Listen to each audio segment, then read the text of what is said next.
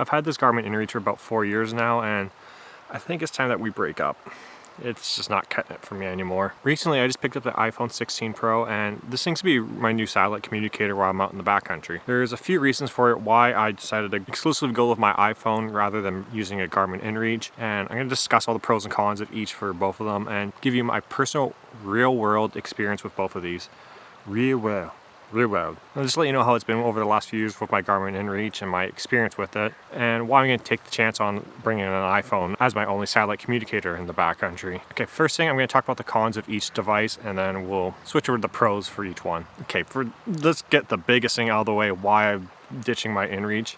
So here I have the Garmin inReach Explorer Plus, and after owning it for a couple years, I was on a trip and I went to go text my dad, and then it would say it sent, but I never got a response back from him because he never received it. So I played around with it a bit more and I just couldn't get it to send from everything I did on the settings on the device. Fast forward to a little bit later, I mentioned it in one of my YouTube videos, and when you guys actually commented down below saying that I need to resync it, I had to plug it into my laptop and go through the whole rigmarole and resync it all back together. Yeah, the fact that an inReach can disconnect for some unknown reason and then I'm not able to connect it through the device again, I have to plug into my computer, is not something I want to have happen when I'm in the backcountry. That's a big deal breaker, that the fact that that's even able to have happen. It does work totally fine now, and it hasn't happened since. My biggest con with the inReach is because of a big uneasy feeling that I can't really rely on it when I go in the backcountry. And if something happened, then yeah, not good. Another huge con of the inReach is that you actually have to pay for it for your subscription. There's a big cost up front for the device itself, plus there's a monthly subscription which kind of resembles like a 2005 texting plan. It's pretty ridiculous what it is. They made the plan slightly better than they were. This is only within the last week because Apple came out with their free texting,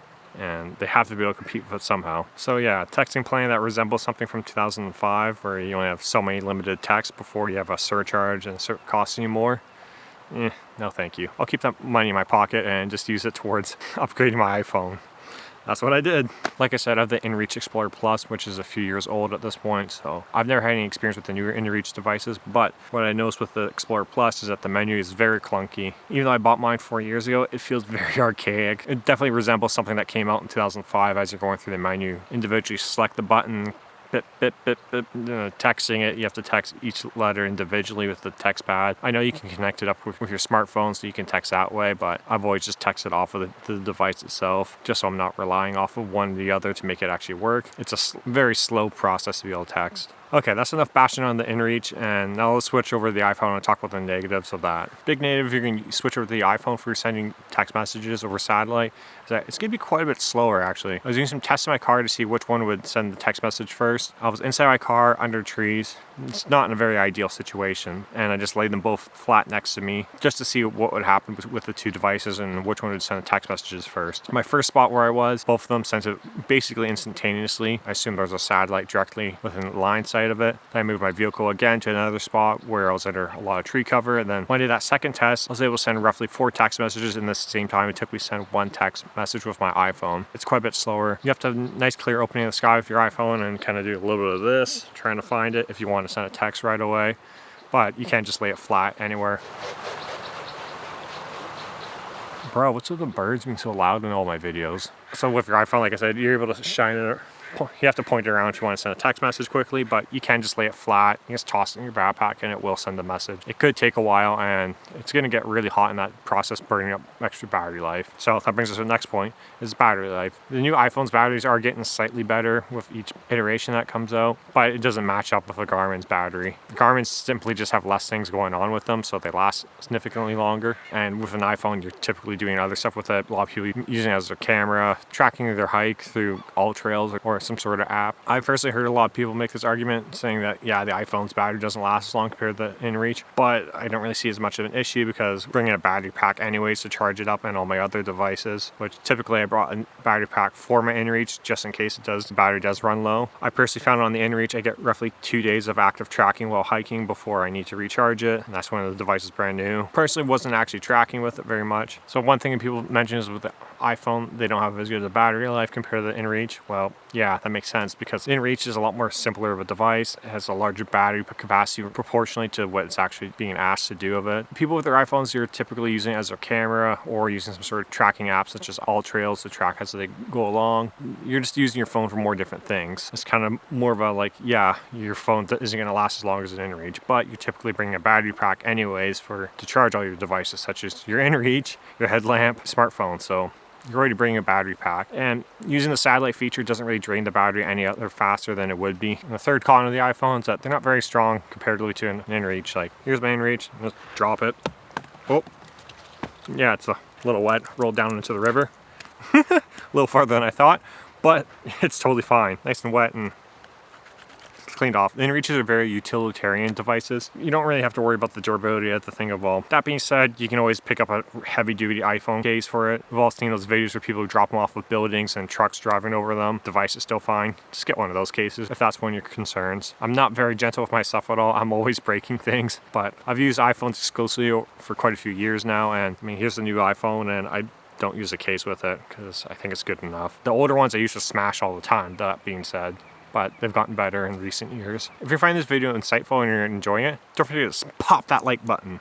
Pop, pop, pop. Okay, let's talk about some of the pros with the Garmin inReach. Big one that would stand out right now is the active track. When you're out hiking, you can turn on active track, and that sends a location pin to whoever has a link to your hike that you're going on. They'll be able to follow along. You can set it for different time intervals, and then they'll be able to get an update as you're traveling along. Fortunately, with an iPhone, you can't do that automatically. If your contacts have you on the Find My app, you're able to manually send a location update with that, but they won't be able to actually track you as you're going along. As I've already mentioned in the video though, it kills the battery quite quickly on your Garmin inReach. 2 full days of hiking and the battery's near dead. I personally didn't use it, but having that ability is really nice, especially if you're doing some sort of sketchy off-route hike. It's nice to know that someone's keeping eyes on you, making sure you're doing fine. My 2 other pros I kind of already talked about though, but I'll just reiterate them. It sends text messages quite a bit faster, and it's a reliable system. Right now, you can only use satellite text messaging in Canada and the USA. I'm sure Apple will eventually roll it out to the rest of the world. They just dumped $500 million into their satellite communication program. That's a lot of money, and I assume that you'll be able to get it at some point if you're outside of Canada or the USA. And another pro people just think of, this is a second device. Having a little bit of redundancy is always nice. If you're doing something that's a little bit sketchy and you want to have a little bit of redundancy, if you smash your iPhone or lose it and you're in a situation where you need a SOS, you have a second device. So there's a pro to having a second device with you. Now, unless I was doing something really extreme in a very remote region of the planet, I probably wouldn't consider that as an option. I feel like that's a very overkill situation where you smash or lose a device and then you're still in a situation where you have to hit SOS. You're potentially doing something that's a little over your head if both of those things happen at the same time. But things happen though, so it is nice to have a second device with you. And finally, with the pros list of the iPhone, well, massive pro, it's free to send text messages over satellite. I don't know how long that's going to last or what Apple's reasoning behind it is for making it free, because that's very un-Apple of them. You feel like they'd be trying to make money off it somehow, but they probably had the same business tactic as Netflix did with blockbusters and trying to get rid of them by undercutting them beyond belief. What I think is going to happen, Apple's probably going to team up with Starlink, and then they'll introduce a subscription-based service where you actually be able to have internet anywhere you are in the world. But the text messaging thing's a good thing to entice you, so you can have that, just to put your foot in the door and see what you can do with satellite communications. For all of us ultralighters out there, going with an iPhone's a no-brainer. You can get rid of your Garmin. That's free weight savings right there. Everyone knows the easiest way to lose weight is to leave something back at home. Just stop bringing it in reach, and then you can just use your iPhone for any of your satellite communications. You still can text people. They can still see your location when you get to camp. That's a win-win for an ultralighter. As lots of ultralighters say, don't pack your fears. So why do you need to bring a second satellite communicator device when you already have one in your pocket? Whenever taking photographs of people, I always tell them to do that, to shake out their face, so makes them relax and they smile more in front of the camera. Isn't my smile nice? Okay, finally for my last talking point, I have a little bonus one if you go with the Apple system. If you have an Apple Watch, you'll be able to have fall detection. Let's create a hypothetical situation and something that's actually happened to me in the past. If you take a fall and hit your head and you're unconscious, what your iPhone will do for you, it'll detect that you've had a fall, and then it'll connect to SOS automatically for you. You don't have to hit anything. You can literally be out unconscious on the ground, and help will be on its way eventually. Now, what's great about that is that anyone who's had a concussion before, you know what it's like, or you've been told what you're like in that time afterwards, where you really have no clue what's going on. You're just out of it. it's not fun. It's kind of give me a little bit of goosebumps think about those times where I've hit my head and I have no clue what's going on. You know how that automatically happened for you is pretty important. Yeah, it's a big one for me. Enough. I don't know. It's just something I think about. I always thought about the Garmin. I'd have to manually push the button if I fell. I know a lot of people keep it close to them just so they can hit it. I know a lot of people like Garmin's because you're able to hang it right on their chest here, but for me, I found my device got all scratched up and it still wouldn't happen automatically. So it's hard to picture a situation in my mind where I can't dig out my backpack and hit it, or rather have the device do it automatically if it's that bad. Well, for me, talk about these decisions, I hope these help you decide which device is right for you. Obviously, you can tell from the title of the video and everything I've said in this video, I'm just going for my iPhone from here on forward, unless I have some sort of bad experience with it while I'm in the backcountry where it's not working for whatever reason. You guys will find out shortly, and I will not hold back on that because I think being transport is very critical for the channel moving forward. Anyways, if you enjoyed this video, don't forget to subscribe, and don't forget to go check out this video that a lot of people like, where I talk about a bunch of gear that a lot of YouTubers have that you don't actually need. The video seemed to resonate with a lot of people, so go check that one out if you haven't seen that video already yet. See you over there.